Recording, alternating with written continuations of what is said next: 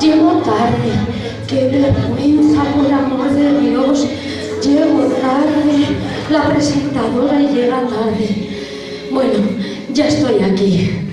Estimado público, señoras, señores, gente joven, gente venida de otros pueblos, para mí es un honor y un placer presentar la obra de teatro Yo de aquí no me muevo.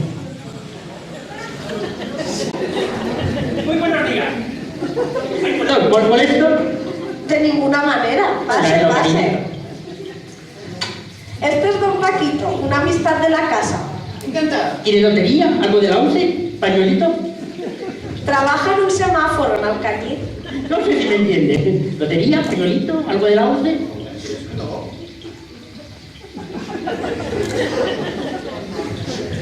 ¿Se puede saber cómo ha sido promovido su ascenso? ¡Una buena suerte! Cómeme con las langostas. Te vas a jardar y hasta soplar la vela. Venga, vámonos que se está haciendo de noche y hay mala gente y no me fío un pelo.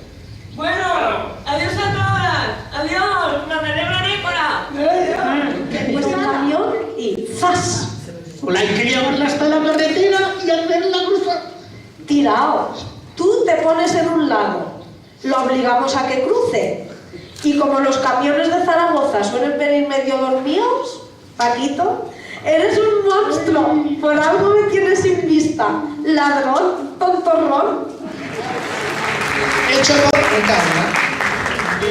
Como Eloísa, hemos querido... Ay, perdón. Como Ignacia, son los nervios del directo.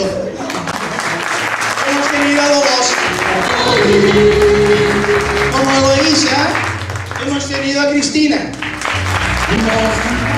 Como la Marga, hemos tenido a Sandra.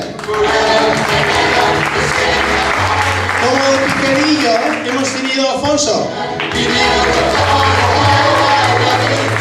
una servidora como asistente social. Un aplauso fuerte para nuestro técnico.